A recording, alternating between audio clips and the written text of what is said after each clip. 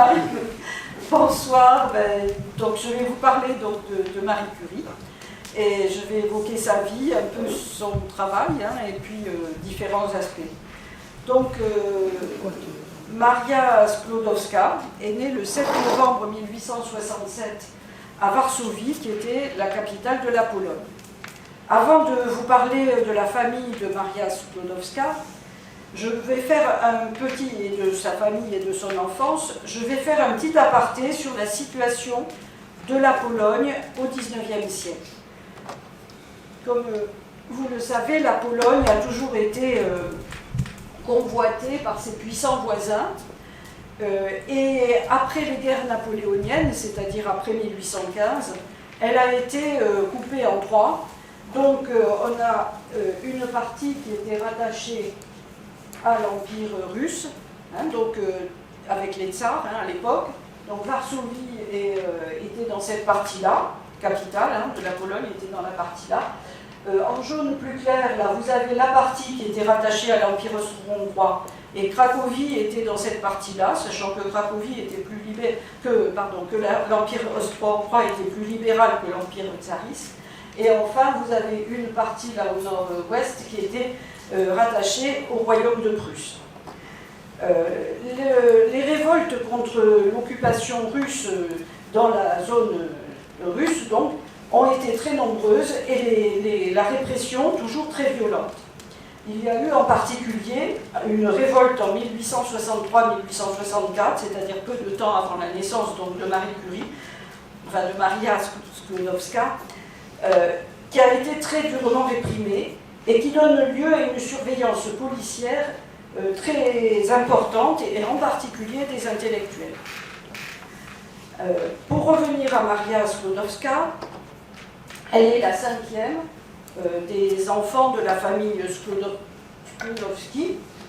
Donc ici, vous avez, j'ai marqué les noms, donc Maria est donc ici. Là, c'est la plus petite. Son père est professeur de mathématiques et de physique dans un lycée et directeur du lycée. Sa mère était directrice d'un pensionnat UP pour jeunes filles. La famille était issue de la petite noblesse polonaise. Ils n'étaient pas très riches, mais très cultivés. Ils ont curieuses de sciences, et ils ont beaucoup poussé les enfants à faire des études les plus poussées possibles et à apprendre le français pour pouvoir éventuellement se réfugier en France si la situation politique se dégradait un peu plus. Il faut savoir qu'un des oncles de Maria Sklodowska a été déporté en Sibérie au cours de cette révolte de 1863-64. Maria était encore enfant quand une série de malheurs s'est abattue sur la famille. En 1873, son père, qui a été jugé trop patriote par les Russes, a été renvoyé de son poste de directeur et a perdu son logement de fonction. Et ça a été le début des ennuis financiers. Du coup, il a fallu trouver un logement et il fallait qu'il prenne des hôtes payants pour pouvoir s'en sortir. Donc en plus des étudiants qui payaient un petit peu pour eux, voilà. En 1876, sa sœur aînée Zofia, donc qui est ici, qui était l'aînée, et qui a joué un rôle important dans l'éducation de Maria, parce que sa mère ayant la tuberculose, Zofia a joué un petit peu le rôle de petite mère, si vous voulez. Donc elle était très importante pour Maria, et elle est morte du typhus en 1876. On s'est demandé si ce typhus n'avait pas été provoqué par justement ces étudiants payants qui pouvaient être de milieu, qui pouvaient être un peu fauchés, donc ils pouvaient avoir, voilà, bon, enfin on ne sait pas. Quant à sa mère, qui avait donc la tuberculose, elle est morte en 1878. Le double deuil affecte beaucoup Maria, qui n'avait que 11 ans au décès de sa mère. Maria, comme son frère Joseph et sa sœur Bronislava, dite Brunia, était une élève très brillante. Elle a obtenu l'équivalent du bac à 16 ans et demi avec une médaille d'or. Comme elle était un peu dépressive, la famille l'envoie à la campagne pour une pause d'1 an chez des parents. À son retour, se pose la question de la poursuite d'études pour Bronia et pour Maria. En effet, si la Russie était en avance pour la scolarisation des filles, les fréquentes révoltes contre le régime tsariste dans tout l'Empire sont souvent menées par des étudiants et des étudiantes qui étaient assez en pointe à cette époque-là. Donc le tsar a décidé en 1864 d'interdire l'accès des filles à l'université, alors que c'est un des premiers pays d'Europe à avoir admis des étudiantes à l'université, des filles donc à l'université. Mais évidemment, comme c'était les filles qui étaient en pointe dans les révoltes, eh bien, si on leur interdisait, ben, déjà il y avait la moitié du problème, enfin la moitié, une partie du problème qui était... voilà. En fait, ces universités ont été partiellement réouvertes parce que ça posait quand même un problème à partir de 1872, mais à Varsovie, ça n'a été rouvert pour les filles qu'en 1915. Donc, Bronia et Maria, qui veulent poursuivre des études, n'ont pas d'autre solution à ce moment-là que de s'exiler, et de s'exiler en France, puisque, comme avaient poussé les parents à le faire, elles avaient appris le français, donc elles parlaient bien français. Mais le père ne peut pas payer les études. Le problème financier se pose, il a un souci d'argent et ne peut pas. Donc Bronia et Maria vont conclure un pacte. Bronia va partir étudier la médecine à Paris. Maria va s'engager comme gouvernante dans une famille de la noblesse polonaise, et comme ça elle va payer les études de sa sœur, et quand Bronia aura son diplôme, elle va payer à son tour, enfin elle fera venir Maria à Paris, et elle paiera les études de Maria. Bronia part à Paris en 1885. Là, Maria et Bronia à peu près à cet âge-là. Et donc Maria s'engage comme gouvernante, comme prévu, dans une famille, les Orawski, qui était à 150 km de Varsovie. C'est la campagne, la maison est entourée de champs de betteraves, et dans le village, il y a une usine de sucre. Elle souffre de solitude, les cours aux enfants Orawski et les leçons d'alphabétisation qu'elle a mis en place pour les enfants du village ne lui suffisent pas. Mais elle peut comme ça envoyer la moitié de son salaire à Bronia pour qu'elle puisse continuer ses études à Paris. Maria vit une passion amoureuse avec le fils de la famille qui vient pour des vacances. Mais les Orawski voient ça d'un très mauvais œil. Il n'est pas question de cette mésalliance, on ne se marie pas avec la gouvernante. Maria est très meurtrie par cette affaire. Et elle a passé 3 ans dans cette famille, loin de Varsovie, et donc de toute possibilité d'études supérieures. Mais tout de même, comme il y avait cette usine de sucre, les ingénieurs de l'usine de sucre lui ont prêté des livres théoriques sur la chimie. Donc elle avait étudié la chimie de façon théorique, mais sans aucune possibilité de mettre en pratique. Alors en juillet 1889, Maria s'engage dans une autre famille résidente dans la capitale. Après l'été passé au bord de la mer Baltique, tout le monde revient à Varsovie. Être à Varsovie change tout pour Maria, parce que même si elle s'acquitte dans la journée de son travail de gouvernante des enfants, elle peut le soir assister aux cours de l'université volante et surtout travailler le soir et les dimanches dans un laboratoire scientifique qui était dirigé par un cousin au musée de l'industrie et de l'agriculture. Elle peut comme ça mettre en pratique ses connaissances théoriques dans un laboratoire. Alors je précise ce qu'est l'université volante. C'était une université clandestine organisée par des professeurs polonais qui donnaient leurs cours chez des particuliers et qui changeaient souvent d'endroit pour ne pas se faire repérer par la police russe qui réprimait très fortement ceci. En novembre 1891, la situation du père Slovaski s'améliore. Du coup, Maria peut partir à Paris à son tour. Elle hésite un peu, parce qu'elle avait eu ce projet, puis c'était difficile, enfin elle hésite, mais elle y part quand même. Sa sœur insiste, etc. Alors elle s'installe d'abord chez sa sœur, qui est mariée et toujours étudiante en médecine, et elle s'inscrit à la faculté des sciences de la Sorbonne en physique.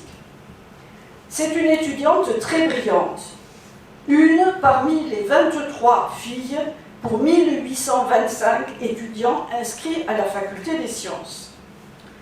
Alors, je vais faire ici aussi un petit aparté sur la scolarisation des filles en France. À la fin du XIXe siècle, faire des études supérieures pour les filles françaises n'est pas vraiment bien vu. La première fille à obtenir le baccalauréat en France, à Lyon, parce que Paris n'a pas voulu l'inscrire, est Julie Victoire d'Aubier, qui s'y est inscrite en candidate libre en 1861. Ce n'est que la loi du 10 avril 1867 qui contraint les communes de plus de 500 habitants à ouvrir une école pour les filles. En décembre 1880, Jules Ferry formalise un enseignement secondaire pour les filles, sur proposition de Camille C. Vous voyez, les gens qu'on voit dans les noms, etc., avec Camille C, voilà. L'école normale supérieure pour jeunes filles, de Sèvres, qui est prévue pour former des professeurs pour l'enseignement secondaire pour filles, ouvre en 1881, alors que celle pour garçons, celle d'Ulm, a été ouverte en 1794, remaniée en 1826. Et c'est ici qu'on voit la différence entre la Russie et la France. Au cours du XIXe siècle, les filles de la noblesse et de la bourgeoisie russe ont pu faire des études supérieures. Comme je vous l'ai dit, elles ont pu rentrer à l'université à partir de 1858, mais la grande Catherine de Russie, on a entendu parler, avait déjà beaucoup poussé pour que les filles fassent des études poussées, donc et pas uniquement de la couture, etc. Donc c'était dans cette tradition-là. Et donc, bien qu'il y ait eu ces difficultés, le tsar qui ferme les trucs, etc., elles y ont pris goût, et donc elles veulent continuer. J'ai un exemple personnel là-dessus. La grand-mère du père de mes enfants était arménienne de Tbilissi dans le Caucase. En 1905, elle obtient l'équivalent du baccalauréat et veut faire des études de médecine. Elle veut partir à Moscou. Mais paf, il y a la révolution de 1905, les facs sont fermées à Moscou, elle ne peut pas y aller. Elle prend un train et elle vient en France, à Grenoble, elle est toute seule, le voyage dure 15 jours avec des changements, etc. Elle a 19 ans. Je pense qu'il n'y avait pas beaucoup de filles françaises à cette époque-là qui étaient capables de faire ça. Voilà. Donc, bon, c'est un petit exemple comme ça. Alors, quand Brogna fait ses études de médecine, en 1887, c'est ce que j'ai trouvé, il y a 114 étudiantes inscrites, et sur ces 114 étudiantes, il y a 20 polonaises, 70 russes et 12 françaises. Voilà, donc quand Brogna passe son doctorat de médecine, donc en 1894, sur les 150 docteurs, il y a 9 femmes, dont une française, et donc 8 étrangères, dont Brogna.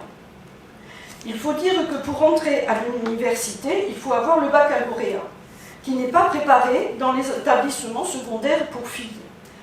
Je vous ai dit, Jules Ferry, sur proposition de Camille C, a fait ouvrir proposer des enseignements, de l'enseignement secondaire pour les filles, mais c'est ce qu'on appelait les primaires supérieures, qui préparent un diplôme qui s'appelle le brevet supérieur, qui n'est pas le baccalauréat et qui ne permet pas de rentrer à l'université. Donc si on veut rentrer à l'université, il faut préparer le bac en candidat libre, à ce moment-là. Voilà. Alors je reviens là-dessus à Marie Sklodowska. En arrivant en France, elle a francisé son prénom, passé de Maria à Marie. Et donc c'est une étudiante très brillante. Et en 1893, elle est reçue première à la licence de physique, ce qui lui permet de... Non, je me suis trompée de côté, excusez-moi. Voilà. Ce qui lui permet d'obtenir une bourse, et elle passe l'année suivante une licence de mathématiques où elle est reçue troisième. Il faut quand même bien se rendre compte des choses. Elle était polonaise, elle avait appris le français, elle le parlait bien sûr, mais n'empêche qu'arriver en France, c'était pas les mêmes programmes et tout, et en 2 ans, elle est première à la licence de physique, c'est extraordinaire quand même. Voilà. La Société d'encouragement à l'industrie nationale lui propose alors, sur recommandation de Gabriel Wittmann, qui était un professeur de physique à la Sorbonne et qui deviendra ensuite son directeur de thèse, un travail de recherche sur l'aimantation des aciers trempés. Mais pour qu'elle puisse faire cela, il faut qu'elle dispose d'un laboratoire. Un ami polonais de passage à Paris lui fait rencontrer Pierre Curie, qui est un chercheur qui est déjà très reconnu pour ses travaux sur le magnétisme. Il était chef de travaux à l'école de physique-chimie industrielle de Paris, et voilà. Et donc, par son intermédiaire, elle a été autorisée à utiliser les laboratoires de l'école de physique-chimie de Paris et pour y mener sa recherche. Pierre est très vite séduit par Marie. Mais elle hésite parce qu'elle avait l'intention de repartir en Pologne pour s'investir en Pologne dans l'éducation, etc. Finalement, ils finissent par se marier, donc en 1895, et pour leur mariage, on leur offre des bicyclettes avec lesquelles ils parcourent pendant l'été la campagne d'Île-de-France. Ils ont fait beaucoup de bicyclettes. Marie est reçue première à l'agrégation de sciences physiques en août 1896 et leur fille Irène naît en septembre 1897. Elle cherche à ce moment-là un sujet de thèse, puisqu'elle cherche à poursuivre ses études. Elle était elle voulait vraiment faire des études. Alors là aussi un petit aparté, les sciences ont connu au cours du 19e siècle un développement énorme et spectaculaire. Mais si la mécanique et l'optique avaient déjà été très étudiées en tant que science au 18e, la thermodynamique, l'électricité et la chimie, ce n'est qu'à partir du 19e qu'on a pu les étudier en tant que science.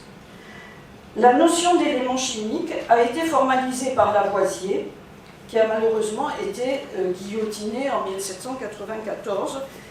Mais par contre, tout au long du 19e siècle, la structure de la matière a donné lieu à des controverses parfois assez violentes et assez virulentes. La structure atomique, qui a été proposée en 1804 par John Dalton, qui était un chimiste anglais qui a vécu entre 1766 et 1844, se dégage petit à petit avec énormément de polémiques. En particulier, le grand chimiste Marcellin Berthelot, dont je ne vais pas dire qu'il n'a fait que des bêtises, mais par rapport à ça, il en a fait beaucoup, il n'a jamais admis la structure atomique et il a même freiné les recherches françaises sur ce sujet par rapport aux autres pays. Marcellin Berthelot a vécu entre 1827 et 1907 et il a été, ça n'a pas empêché de le mettre au Panthéon avec sa femme Sophie, qui a été longtemps la seule femme, mais qui était en tant que femme de... Voilà. Alors, finalement, ce qui est admis à la fin du 19e, c'est que la matière de tout l'univers est constituée à partir d'une centaine d'éléments différents.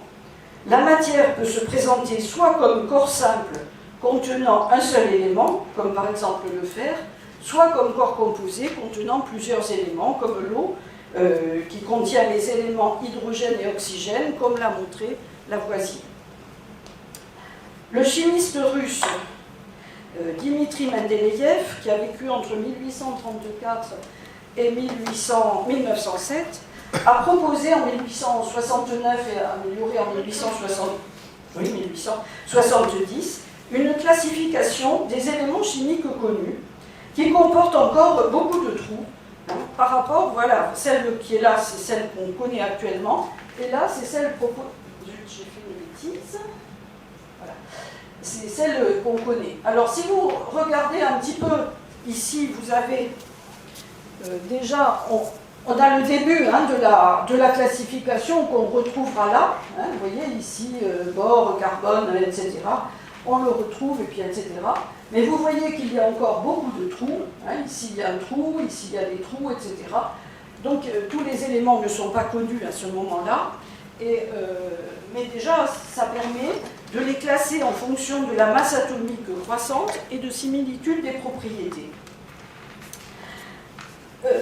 Mais si en 1897 l'existence des atomes se précise et devient quand même, il était un peu difficile de ne pas l'admettre à ce moment-là parce que tout allait dans ce sens, l'existence devenait quelque chose de tangible, disons, mais la structure des atomes, elle, n'était absolument pas connue.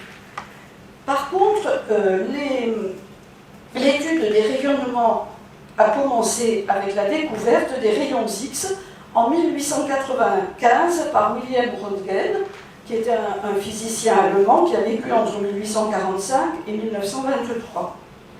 La production de rayons X, c'est ce qui fait, on fait des radios avec, voilà. Mais la production nécessite de fournir de l'énergie. Et ces rayonnements impressionnent des plaques photo, même sans lumière, donc c'est quelque chose de particulier. Mais quand Henri Becquerel, qui est un physicien français ou chimiste, je ne sais plus si on le met en chimie ou en physique, qui a vécu entre 1852 et 1908, a mis en évidence un rayonnement produit par de l'uranium, c'est-à-dire qu'il a mis une plaque photo dans le noir à côté de l'uranium et elle a été impressionnée. Or là, il n'y avait aucune intervention humaine, il n'y avait pas d'énergie fournie. Là, ça se faisait tout seul. C'est bien la différence, vous voyez. Donc, voilà. Et donc, ce phénomène n'a pas été encore étudié, c'est lui qui l'a mis en évidence, donc, mais il n'a pas étudié. Et donc, Marie Curie se dit que c'est quelque chose d'intéressant et décide de le prendre comme sujet de thèse, avec l'accord de Pierre. Mais il leur faut un laboratoire. Le directeur de l'école de physique-chimie, donc où Pierre a un poste, met à leur disposition l'ancienne morgue de la fac de médecine, qui était un hangar pas chauffé, avec un toit qui fuyait, pas du tout équipé, mais ça leur permet quand même d'avoir un lieu à eux, et c'est là qu'ils vont faire leurs recherches. Marie Curie va donner le nom de radioactivité, c'est elle qui donne ce nom, au phénomène qu'elle étudie. Radioactivité, ça veut dire émission spontanée de rayonnement. Radio, c'est rayonnement. C'est pas la radio qu'on écoute. Certains corps, sans aucune intervention extérieure, provoquent l'ionisation autour d'eux et impressionnent une plaque photographique dans le noir. C'est grâce à un appareil mis au point par Pierre Curie et utilisant ses découvertes en piézoélectricité qu'elle put mesurer les différentes radioactivités.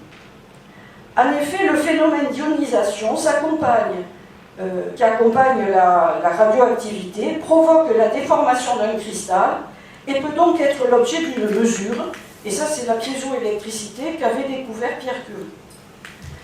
Elle montre que la radioactivité est proportionnelle à la masse de corps radioactifs.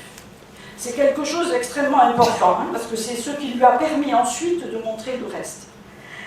Elle entreprend ensuite une recherche systématique des éléments susceptibles de présenter de la radioactivité. Pour cela, elle utilise les ressources du Muséum d'histoire naturelle et de l'école de chimie et de physique-chimie de Paris. En 1898, elle découvre la radioactivité du thorium.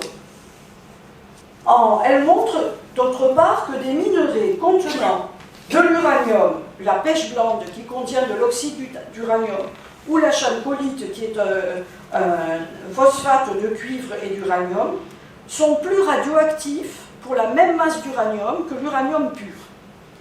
Elle se dit donc qu'il doit y avoir autre chose dans la pêche blande et dans la chalcolite. Donc elle va, pour le vérifier, elle synthétise du phosphate de cuivre et d'uranium, et elle vérifie bien qu'effectivement, pour la même masse d'uranium, eh bien, la chalcolite fabriquée et la chalcolite minérale, enfin ce qu'on a trouvé dans des mines, ont une radioactivité différente. Que donc il y a bien quelque chose en plus dans la chalcolite qui n'est pas fabriquée par elle.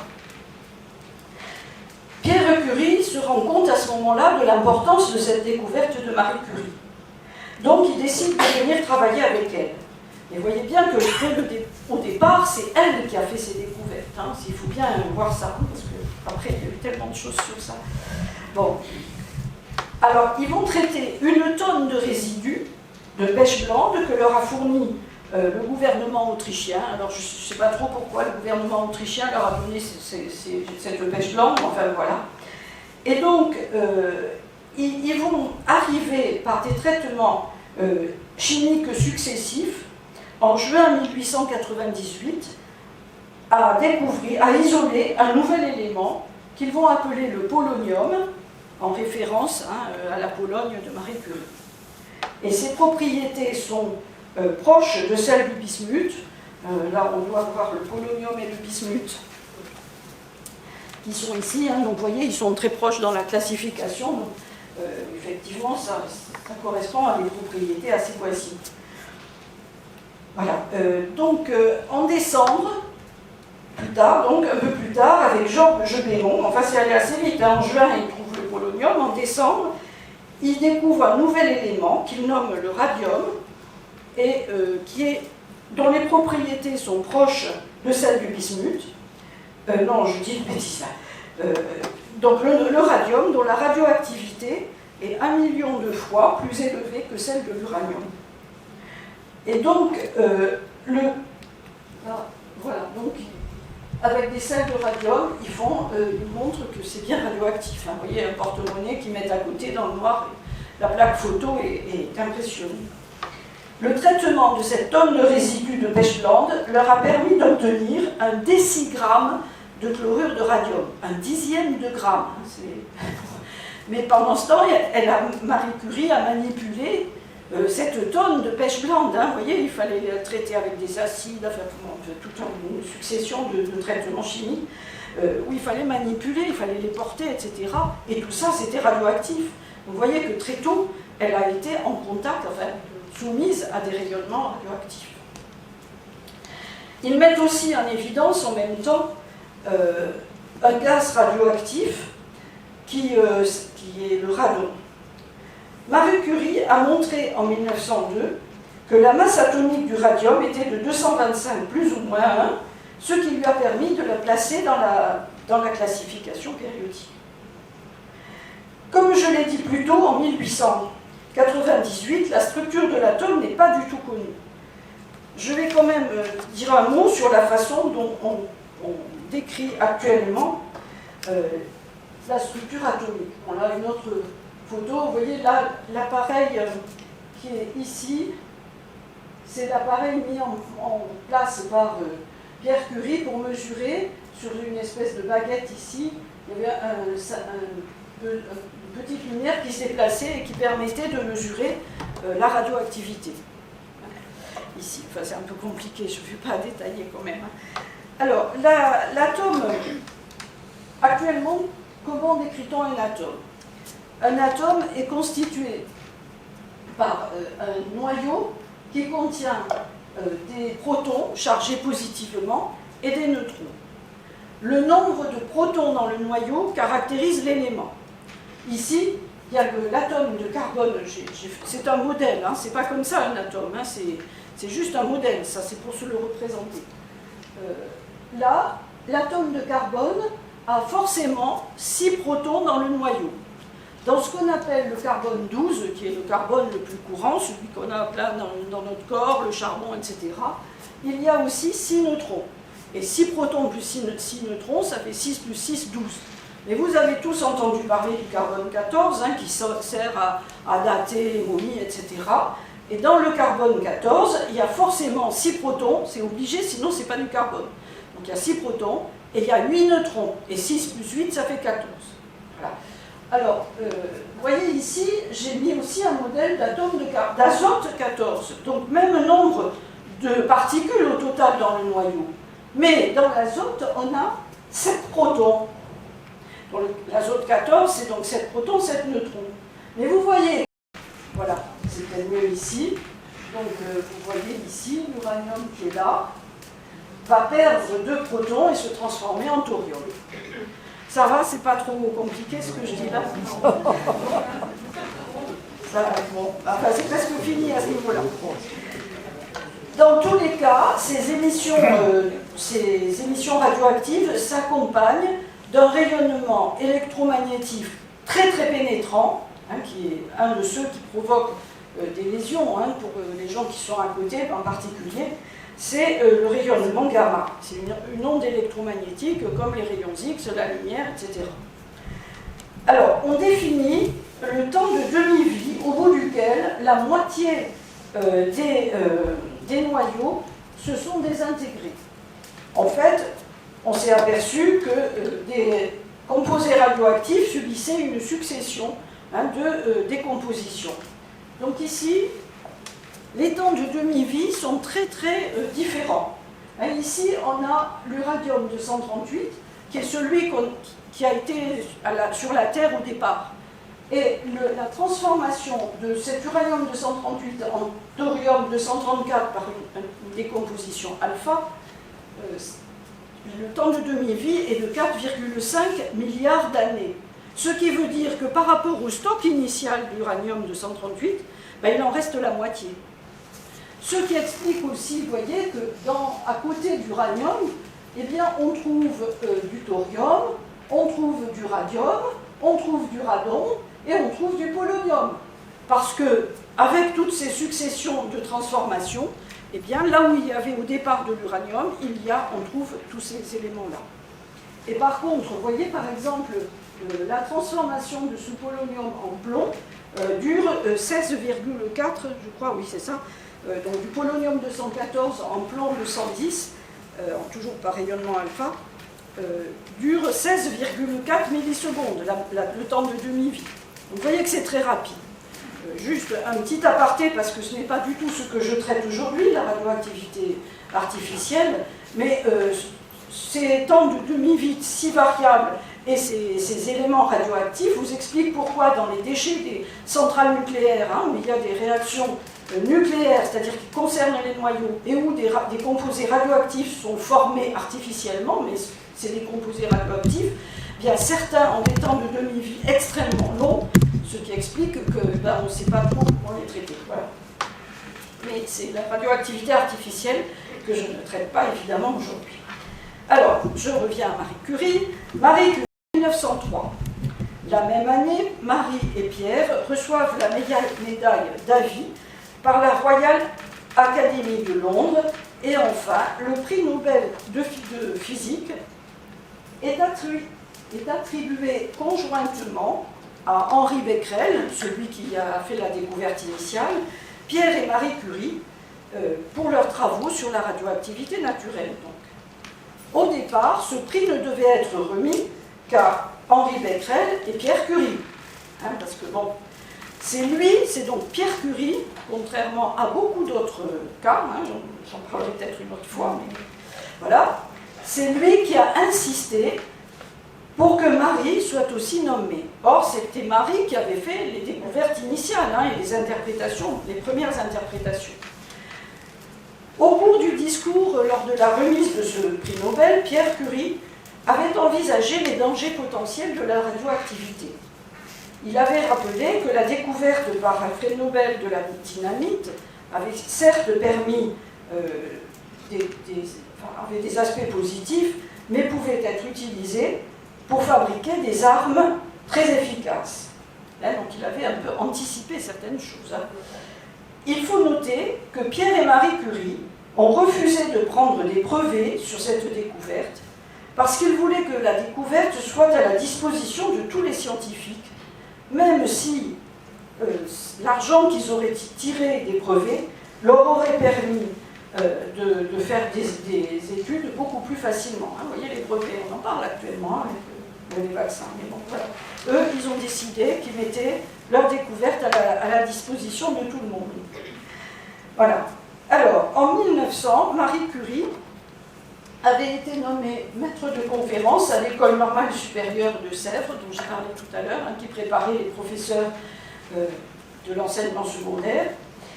Après le prix Nobel, une chaire est créée en Sorbonne pour Pierre Curie, qui devient donc professeur en Sorbonne, et Marie est nommée chef de travaux dans le laboratoire de Pierre. Cela leur permet d'avoir un peu plus de moyens pour leurs recherches qui commencent à être tout de même largement connues et on commençait à en parler. Vous voyez, là, il y a un journal qui a paru là-dessus. Leur fille, Ève, née en 1904. Voilà, là, ils sont dans leur maison boulevard Kellermann à Paris. Et donc, on a Pierre, Irène et Marie qui est enceinte d'Ève.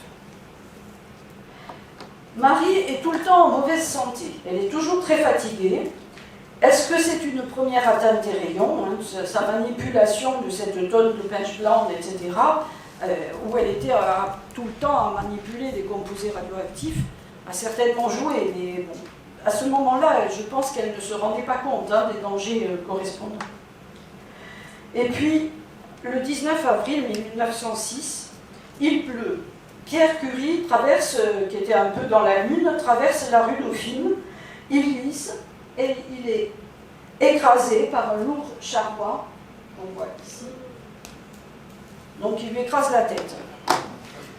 Cette mort est dramatique pour Marie Curie, qui se retrouve veuve à 39 ans avec ses 2 filles, mais aussi pour la science, parce que Pierre Curie était un scientifique vraiment très, très important et qui a eu beaucoup d'idées. Marie Curie poursuit tout de même le travail malgré son désarroi. Donc ici, on la voit seule avec ses 2 filles. Voilà, elle est nommée chargée de cours à la Sorbonne et le 5 novembre 1906, elle reprend le cours de Pierre Curie exactement où il l'avait arrêté. C'est la première fois qu'une femme, et qu'on confie à une femme un poste dans l'enseignement supérieur. Et en 1909, elle est la première femme à être nommée professeure titulaire à la Sorbonne. Après la mort de Pierre Curie, Marie quitte leur maison du boulevard Kellermann pour s'installer à Sceaux, dans la maison où avait grandi Pierre, avec son beau-père, le père donc de Pierre, qui s'occupe beaucoup des filles, parce qu'elle travaille beaucoup. Marie Curie est très liée à un groupe de scientifiques, les familles Perrin, Langevin, Chavannes, Borel, dont les familles se retrouvent souvent et qui passent souvent les vacances ensemble en Bretagne. Et à une époque, ils ont décidé, pendant 2 ans, d'éduquer ensemble leurs enfants, chacun leur donnant des cours dans sa spécialité.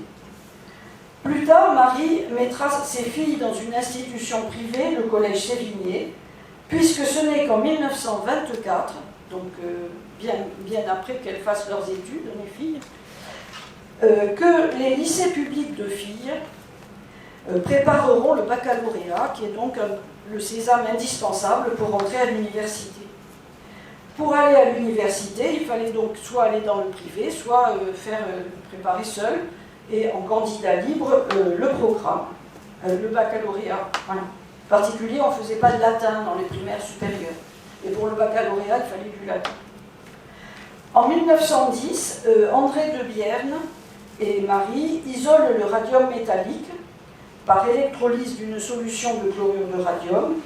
Tout ça parce que Lord Kelvin, qui était un physicien anglais qui a vécu entre 1824 et 1907, remettait en cause l'existence même du radium. Et effectivement, elle avait isolé un décigramme de chlorure de radium. C'était pas beaucoup pour le voir, donc lui il remettait en cause. Donc là, elle en prépare, elle isole du radium métallique. Alors, en 1910, elle postule pour l'Académie des sciences. Les académiciens vont lui préférer Édouard Branly, 1844-1940, qui est le pionnier de la télégraphie sans fil et de la radio. Ce qui n'était pas forcément choquant. Édouard Branly avait sa place à l'Académie des sciences. Mais la campagne a été d'une misogynie des invectives contre Marie Curie absolument incroyables. Et en plus, il y avait un côté politique, parce que Branly était catholique, et donc faisait partie du clan des catholiques, à une époque, donc on était peu de temps après la loi de séparation de l'Église et de l'État. Et donc les tensions entre les catholiques et les laïcs, dont Marie Curie faisait partie, étaient extrêmement tendues. Et donc, si vous lisez les choses qui ont été écrites sur Marie Curie à ce moment-là, c'est ahurissant, quoi, hein. C'était d'une misogynie. L'idée qu'une femme soit à l'Académie des sciences, c'était impensable, etc., pour certains. Et donc le vote a été serré, quand même, donc, malgré tout, puisque Branly a eu 30 voix et Marie Curie 28, hein, donc c'était quand même très serré. Mais voilà. Alors comme elle a été quand même très dégoûtée, hein, par cette campagne, elle n'a plus jamais postulé à l'Académie des sciences. Bien qu'elle ait eu un prix Nobel quand même, hein, il ne faut pas oublier. Donc, bon. Alors, en 1911, elle participe au congrès Solvay, qui était organisé en Belgique par Ernest Solvay, industriel belge, qui est là. Elle est la seule femme, elle est là. Elle y retrouve Albert Einstein, qui est là, et d'autres scientifiques qu'on voit mieux sur cette photo. Voilà, donc ici Marie Curie, qui parle avec Poincaré. Ici on a Jean Perrin, Rutherford qui est là, ici Einstein, Paul Langevin, il y a De Broglie, je crois qu'il est là, bon, enfin, etc. Il y a Nernst, Planck, Sommerfeld, enfin c'est Lorentz, etc. C'est vraiment tous les scientifiques qui ont révolutionné les sciences à l'orée du XXe siècle. C'est vraiment ceux qui ont fait tout changer en sciences. Enfin, tout changer, peut-être j'exagère. Voilà. Alors, en 1911, elle apprend qu'elle est nommée pour le prix Nobel de chimie pour sa découverte du radium. En même temps, elle a une liaison avec Paul Langevin, donc grand physicien français, hein, donc, qui est 1872-1946, qui a joué un rôle très important. Vous savez, le plan Langevin-Vallon pour l'éducation après la guerre, etc. Tout ça, c'est Langevin, c'est lui, hein, Paul Langevin. Paul Langevin était un ancien collaborateur de Pierre Curie. Il est marié et père de famille. Par contre, elle est veuve, hein, et puis depuis un moment maintenant quand même, donc bon. Mais la femme de Paul Langevin soulève une campagne où la calomnie atteint les sommets. Alors là aussi, je peux vous dire, c'est effrayant. Elle est traitée de tout, surtout comme étrangère. Elle est polonaise, peut-être juive, hein, puisqu'elle est polonaise. On est peu de temps après l'affaire Dreyfus. Donc voilà, beaucoup demandent son expulsion. Hein, donc bon, il y a une foule hostile qui manifeste devant la maison de Sceaux. Il a fallu l'exfiltrer, elle et ses filles, par des amis qui sont venus la chercher et ont réussi à la faire sortir. Enfin, et Paul Langevin est même obligé de se battre en duel avec Gustave Théry, qui est le directeur d'un journal particulièrement odieux. Et dans les journaux, il y a cette histoire donc, entre Marie Curie, alors si on la traite de truc, enfin on s'est fou, ça tient beaucoup plus de place que l'exceptionnel prix Nobel, deuxième prix Nobel.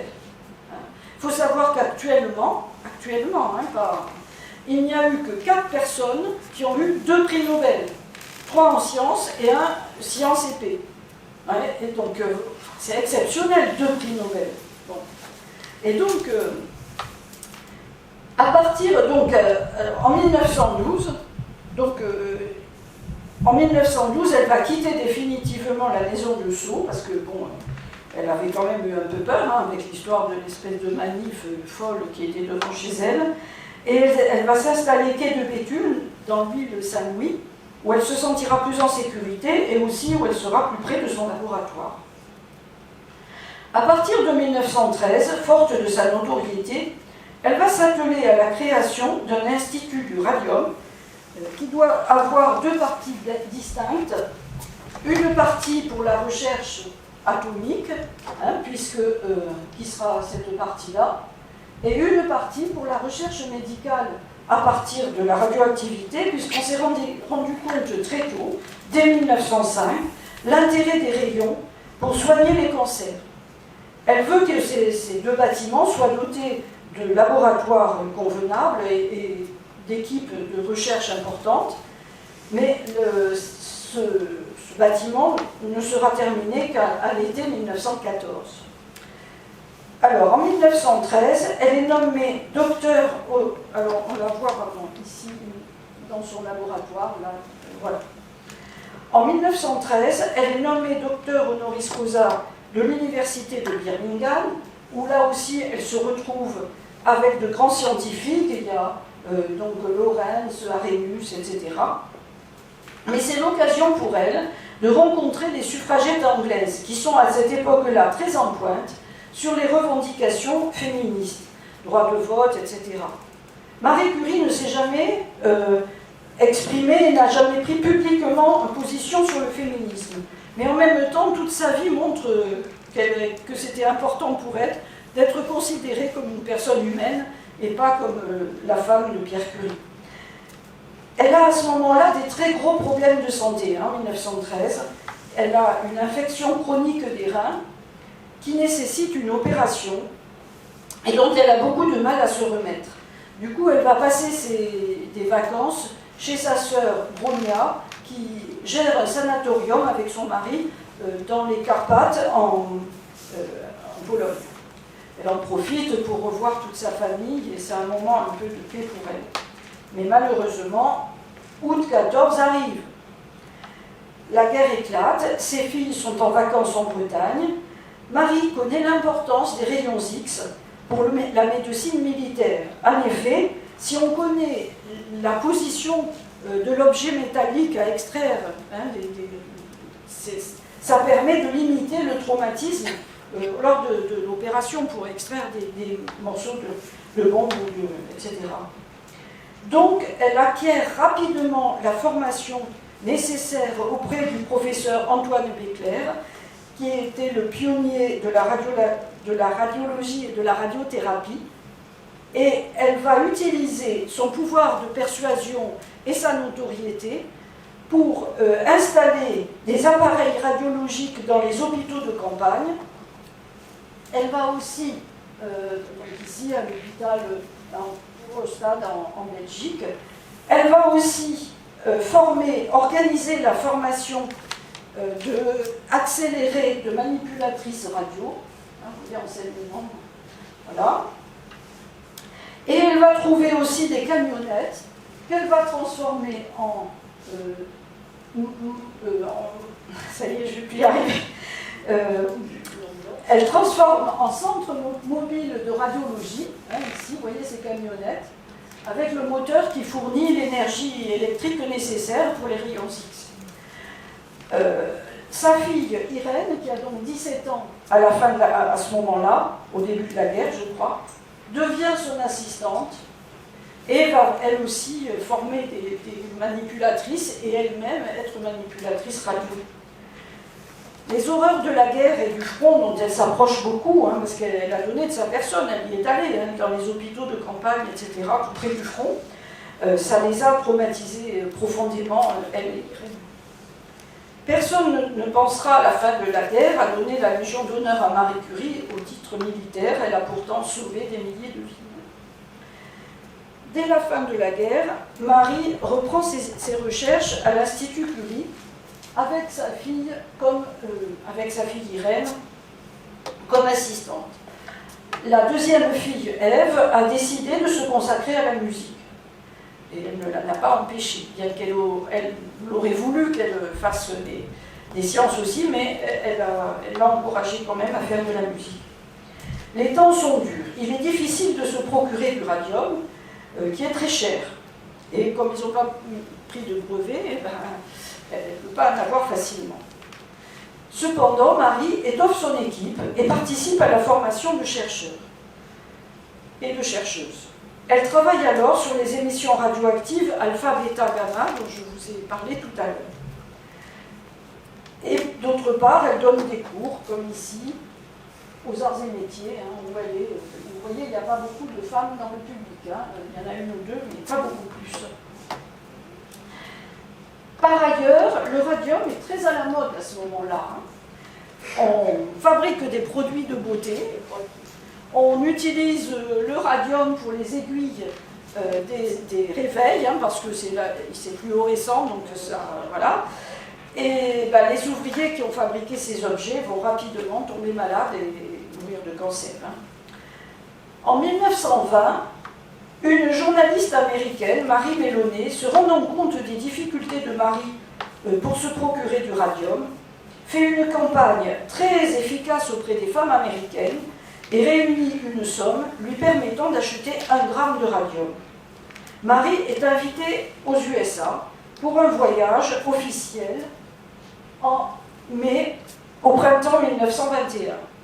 Elle s'y rend avec ses filles et alterne visite officielle, conférences et tourisme. Ici, on la voit discuter dans les trucs officiels, elle n'était pas très ravie, mais par contre, ici où elle est avec des ingénieurs du centre de radium de Pittsburgh, on la voit très intéressée. Hein, ici, elle continue. Donc finalement, voilà. Finalement, le président Warren Harding, qui a été président de 1920 à 1923, lui remet lors d'une cérémonie officielle le précieux gramme de radium. À cette époque, un gramme de radium valait 100 000 $, soit plus de 1 million d'euros actuels. Profondément marquée par la guerre, Marie Curie veut s'investir pour la paix. Elle pense que la coopération scientifique est un levier dans ce sens. Donc elle devient vice-présidente de la Commission internationale pour la coopération intellectuelle, qui a été créée par la Société des Nations à Genève, et elle va y retrouver, donc, en particulier, Albert Einstein, avec qui elle était liée. Hein. Quand il y a eu la campagne, là, au moment de l'histoire Paul Langevin, Einstein lui avait écrit une lettre de soutien très personnelle et très forte. Voilà, elle retrouve donc Albert Einstein, Thomas Mann, etc. Elle continue de travailler dans son laboratoire et elle étoffe son équipe qui comportera en 1931 55 chercheurs, dont 15 femmes.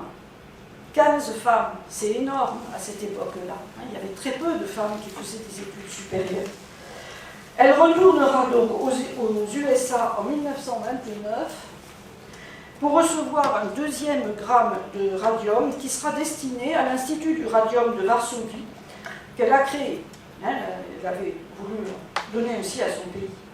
C'est le président Herbert Hoover, qui a été président de 1929 à 1933, qui va lui remettre le chèque permettant d'acheter ce gramme de radium. Elle continue à participer à la commission de la Société des Nations. Ici, on la voit à Madrid en 1933 avec Unamuno. Ici, on a Langevin. Les autres, je ne sais pas qui c'est. Donc ici, elle est déjà pas très bien. Hein. Là, vous voyez, c'est en 1933. Hein. Et elle participe aussi en 1933 au congrès Solvay, où elle n'est plus la seule femme. Hein, elle est là.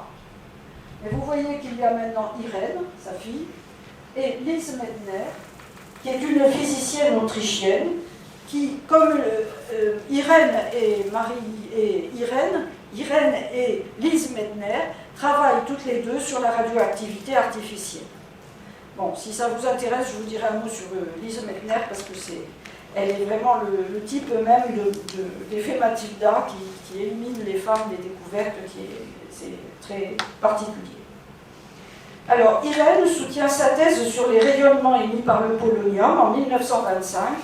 Elle se marie en 1926 avec Frédéric Joliot, que sa mère avait recruté comme préparateur dans son labo.